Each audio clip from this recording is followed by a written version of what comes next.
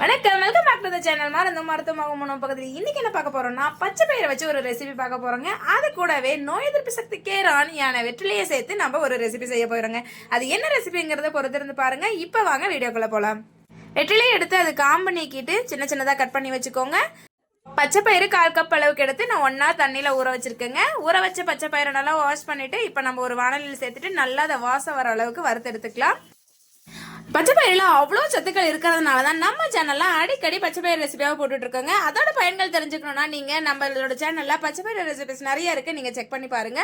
இப்போ பச்சை பயிரை நல்லா வறுத்து எடுத்து ஒரு பிளேட்ல வச்சுக்கோங்க. அதே பேன்ல கொஞ்சம் எண்ணெய் சேர்த்துட்டு நீங்க வெத்தில கட் பண்ணி வச்சிருக்க இல்லைங்களா, அதை ஆட் பண்ணி நல்லா ஃப்ரை பண்ணி எடுத்துக்கோங்க. கூடவே ஒரு பச்சை மிளகாய் 2 வரமிளகாய் எடுத்து அதையும் ஃப்ரை பண்ணி எடுத்துக்கோங்க. கூடவே வந்துட்டு 3 பல் பூண்டு, கொஞ்சம் சின்ன துண்டு இஞ்சி சேர்த்துக்கலாம். அது கூடவே 1 ஸ்பூன் அளவுக்கு எள்ளு, கருப்பு எள்ளு நான் சேர்த்திருக்கேன். அதையும் நல்லா வறுத்து எடுத்துக்கலாங்க. வெற்றிலையோட பயன்கள் நீங்க சொல்லவே தேவையில்லை. ஜீரண சக்திக்கு அவ்வளோ நல்லது நம்மளோட வெற்றிலை. நம்ம அதையும் சேர்த்து செய்யறதுனால இதோட ருசியே வேற லெவல்ல இருக்குங்க.